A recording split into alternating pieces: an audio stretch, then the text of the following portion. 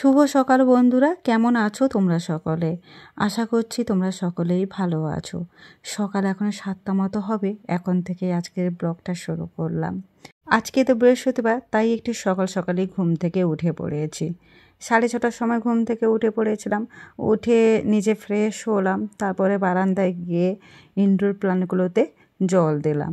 ভেবেছিলাম বারান্দায় জানালা আরও খুলবো, এত জোর হাওয়া হচ্ছে, মানে ঠান্ডা হাওয়া, আর জানালা আরও কোনো কিছুই খুলিনি। কোনো জায়গায় জানালা খুলিনি, না আমার ঘরে, না ড্রয়িং রুমে, না কোথাও। কারণ আজকে সকাল থেকে প্রচণ্ড হাওয়া দিচ্ছিল, ঠান্ডা হাওয়া, বেশ ঠান্ডা লাগছিল। যাই হোক, এখন আমি বাসে ঘরটা ঝাঁট দিয়ে নিচ্ছি। আজকে সকালবেলাটা না কাজের প্রচুর চাপ রয়েছে, তাই জন্য সকাল সকাল ঘুম থেকে উঠে কাজ বাজ শুরু করে দিলাম। না হলে আবার সময়ের মধ্যে কাজগুলো শেষ করতে পারবো না। এক তো পুজোর আজকে অনেকক্ষণই সময় লাগবে, তার উপরে টিফিনও বানাতে হবে। তো ভাবলাম যে আগে বাসের ঘরটা ঝাঁট দিয়ে নিই, তারপরে গিয়ে রান্নাঘরে ঢুকবো। ঝাঁট দেওয়া হয়ে গেছে, তারপরে দেখো আমি এখানে আলু, ফুলকপি, গাজর কেটে নিয়েছি। আজকে একটুখানি খিচুড়ি করব, তোমাদের দাদাভাইকে টিফিনে দেবো আর কি। প্রত্যেক দিন তো ও রুটি বা পরোটা নিয়ে যায়। আগে তবুও ভাত নিয়ে যেতে চাইতো, এখন এই ঠান্ডা পড়া থেকে আর ভাতও নিয়ে যেতে চাইছে না। বলছে যে খাবার ঠান্ডা হয়ে যায়, খাবারের কোনো টেস্ট পায় না, বিশ্রী লাগে খেতে, আমি ভাত নিয়ে যাব না। আসলে ওদের তো খাবারের কোনো টাইম থাকে না, যখন সময় পায় তখন খায়। কখনো 3টের সময় খায়, কখনো 4টের সময় খায়, কখনো আবার 1:30টার সময় খায়। যেমন টাইম পায় তেমনি খায়। তো খাবারটা এখন ঠান্ডার সময় ঠান্ডা হয়ে যায়, সত্যি কোনো টেস্ট পাওয়া যায় না, যার জন্য ভাত নিয়ে যেতে চায় না। তো কালকে ওকে বললাম, তো কালকে রাত্রে ওকে বলেছিলাম যে তুমি তো রোজই পরোটা রুটি নিয়ে যাও, যদি কালকে তোমাকে একটুখানি খিচুড়ি করে দিই তুমি নিয়ে যাবে? বলছে না আমি পরোটাই নিয়ে যাব। তো আমি বললাম দেখো তুমি তো রোজ একই জিনিস নিয়ে যাচ্ছ, একটু পাল্টাপাল্টি করে খাও না, দেখবে ভালো লাগবে। কবে হয়তো একটু পাস্তা দিলাম, কবে চাও, কবে ম্যাগি, কবে একটু খিচুড়িও করে দিলাম, সেই সব নিয়ে যাবে না, সেই রুটি কিংবা পরোটা। তো আমি বললাম, শুনলো না। তারপরে ভাসুর আবার বোঝালো যে না, একটু পাল্টাপাল্টি করে নিয়ে যা, দেখবি ভালো লাগবে। অনেক বলার পর তখন বলছে ঠিক আছে আমি নিয়ে যাব, তাহলে আমাকে একটু বেগুন ভাজা করে দেবে আর আলু ভাজা করে দেবে। আবার বলছিল যদি পারো তো একটু ডিম ভাজা করে দেবে। কিন্তু আজকে তো বৃহস্পতিবার, সেটা বড় কথা নয়, পুজোও হয়নি, আর এই সকাল সকাল আমি ডিম করব না। বেলার দিকে হলে হয়তো করে দিতাম, মানে পুজোর পরে যদি ও বলতো খাবে তখন করে দিতাম, কিন্তু পুজো হয়নি বৃহস্পতিবারে, সকাল সকাল ডিম করব না, ওই জন্য ডিমটা ভাজিনি, বেগুন ভাজা করে দিলাম আর আলু ভাজাটা বসিয়ে দিয়েছি। এদিকে সিটি দেওয়া হয়ে গেছে। খিচুড়ির মশলাটা বানিয়ে নিচ্ছি। শুকনো লঙ্কা, গোটা জিরে, আদা, টমেটো আর লঙ্কা গুঁড়ো, হলুদ গুঁড়ো দিয়েই বানালাম। এদিকে আমার আলু ভাজাও হয়ে গেছে, বেশ লাল লাল করে আলু বেগুন ভেজে নিলাম। আর মশলাটা এখন আমি কুকারের মধ্যে দিয়ে ঘেঁটে দেবো আর কি। ব্যাস হয়ে গেল আমার খিচুড়ি।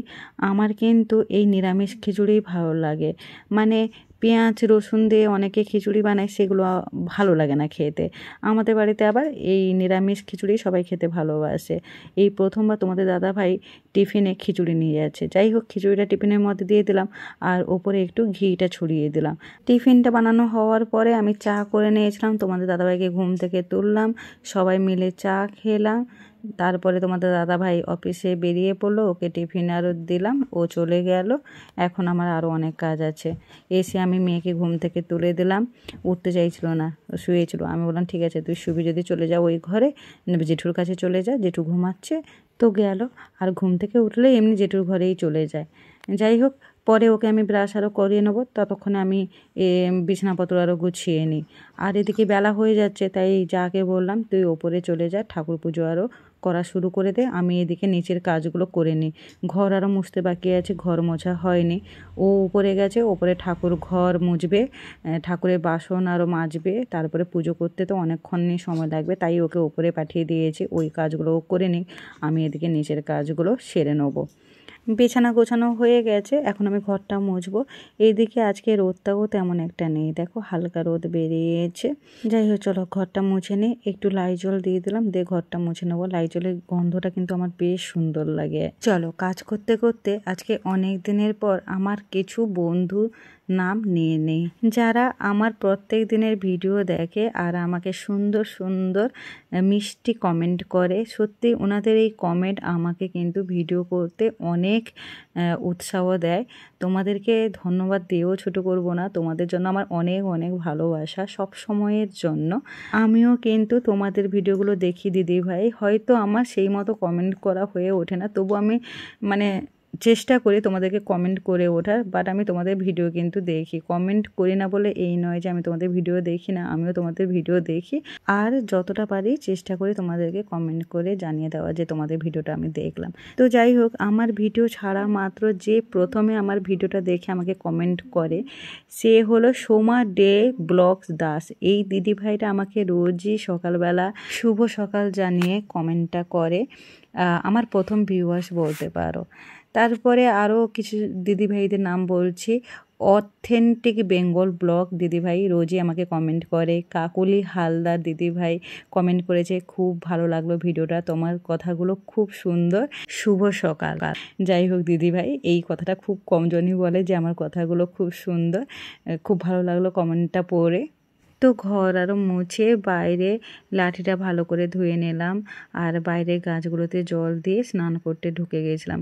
স্নান করা হয়ে গেছে, এখন ঠাকুরের পুজোটা করে নিচ্ছি। যদিও যা পুজো করে নিয়েছে, তবে আমি আমার মতো পুজোটা করে নিচ্ছি। নির্মল আকাশ, মন্দ মন্দ বহিতেছে মলয় বাতাস, লক্ষ্মী দেবী বামে লইয়া বসি নারায়ণ, করিছেন নানা কথা সুখে আলাপন, হেন কালে বিনা করে আসি মনিবর, উপনীত হন আসি বৈকুণ্ঠ নগর, উভয়ে শ্রীচরণে করিয়া প্রণতি, কর জোরে রহে চাই লক্ষ্মী দেবী প্রতি, কি কারণে আগমন লক্ষ্মী জিজ্ঞাসিলা, প্রণমিয়া পুনরায় ঋষি নিবেদিলা, বলো মাগো এ তোমার কেমন বিচার, চঞ্চলা চপলা প্রায় ফের দাঁড়ে দা।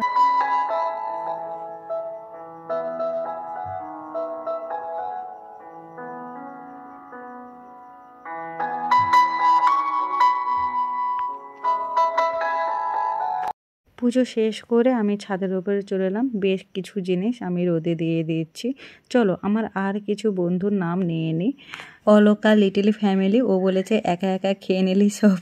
হ্যাঁ রে, তুই আয় আমাদের বাড়িতে, তাহলে তোকেও দেবো। ও আমার ক্লাসমেট হয়। আর জায়েদা, উনি বলেছেন যে লাইক দিয়ে শুরু করলাম, বেশ ভালো লাগলো। তো এখানে দেখো এই শুকনো লঙ্কাগুলো কিছুদিন আগে শুকিয়ে একটা ডিপের মধ্যে ভরে রেখেছিলাম, কিন্তু এখন দেখতে পাচ্ছি কেমন ভেকনো হয়ে গেছে, মানে সাদা সাদা হয়ে গেছে। তাই শুকনো লঙ্কাগুলোকে আবার রোদে দিলাম। আর এই চিড়েগুলো হয়ে গেল অনেক দিন, তাই দেখছি এখন পোকা হয়ে গেছে, তাই চিড়েগুলোও একটা থালার মধ্যে দিয়ে দিলাম। আর এই পাঁপড়গুলো বেশ অনেকদিন হয়ে গেল রোদে দেওয়া হয়নি।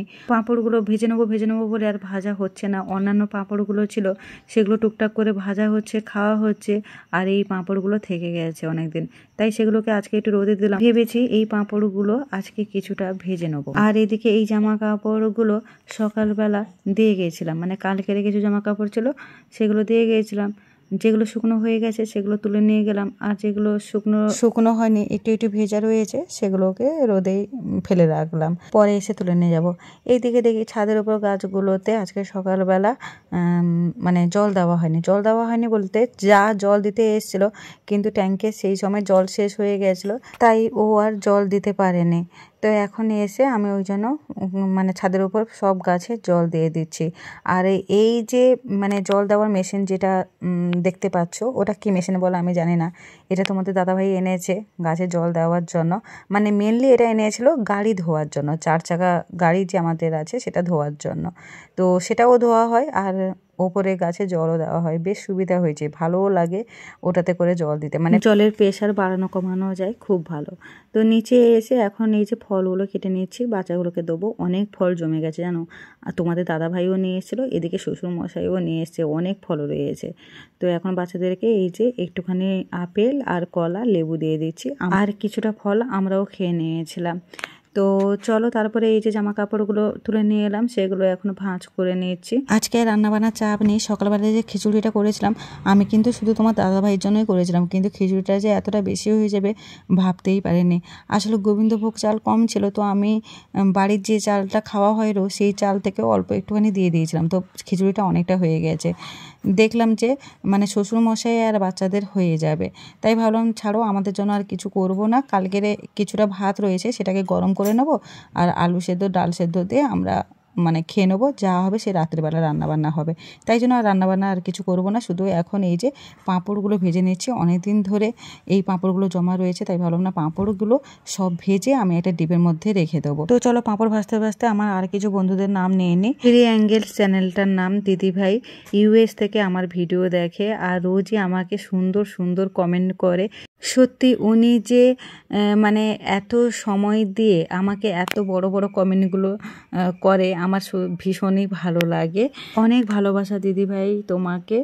আমার আরেকজন দিদিভাই যিনি আমাকে রোজই কমেন্ট করেন, রজনীকান্ত মীনাক্ষী সিম্পল লাইফ দিদিভাই বর্ধমান থেকে আমার ভিডিও দেখেন আর প্রত্যেক দিনই ভিডিও দেখে আমাকে সুন্দর সুন্দর কমেন্টও করেন। আজকে যেমন কমেন্ট করেছে, দিদিভাই তোমার ভিডিওটা খুব ভালো লাগলো, কিন্তু এত কাজ করার এনার্জি কোথা থেকে পাও তুমি, একটু বলবে? তো আমার খুবই ভালো লাগলো কমেন্টটা। আসলে কি বলতো, কাজ তো আমাদেরকে করতে হবে যতই যাই হোক না কেন, তাই আর কি। আর তুমিও অনেক কাজ করো, আমি তো তোমার ভিডিও দেখেছি, তুমিও কিন্তু অনেক কাজ করো। আরেকজন দিদিভাই স্নিগ্ধা কুকিং হাউস, উনি বলেছেন যে আপু আমার পাশে থাকবেন। হ্যাঁ দিদিভাই, আমি নিশ্চয়ই তোমাদের পাশে থাকবো, বিশেষ করে নতুনদের পাশে আমি সবসময় থাকবো। তো চলো, এই হলো আজকে কয়েকটা কমেন্ট আমি পড়ে নিলাম। আর এদিকে আমার সব পাঁপড় ভাজা হয়ে গেল আর এই ফুচকাগুলো ভেজে নিয়েছি। ফুচকাগুলো খেতে কিন্তু বেশ ভালো লাগে, জানো, মিষ্টি মিষ্টি লাগে, বেশ সুন্দর খেতে। তো সব আমি একটা ডিবের মধ্যে ভরে রাখলাম আর কিছুটা ভাজতে ভাজতে খাওয়াও হয়ে গেল। পাঁপড় ভাজা খেতে আমার তো ভীষণ ভালো লাগে, তোমাদের কার কার ভালো লাগে আমাকে কমেন্ট করে জানিও। আর এদিকে ডিবেগুলো তুলে দিলাম, তারপরে খেতে বসে গেছিলাম। ভেবেছিলাম তো আমাদের খিচুড়ি হবে না, কিন্তু সবাইকে দেওয়ার পরে বেঁচে গেছিলো, তো সেইটুকু খিচুড়ি আমরা খেয়ে নিয়েছি। চলো তাহলে বন্ধুরা, আজকে ভিডিওটা নাহলে এখানে শেষ করলাম, আর বেশি বড় করলাম না। নেক্সট ব্লগে খুব তাড়াতাড়ি দেখা হচ্ছে। সবাই ভালো থেকো, সুস্থ থেকো।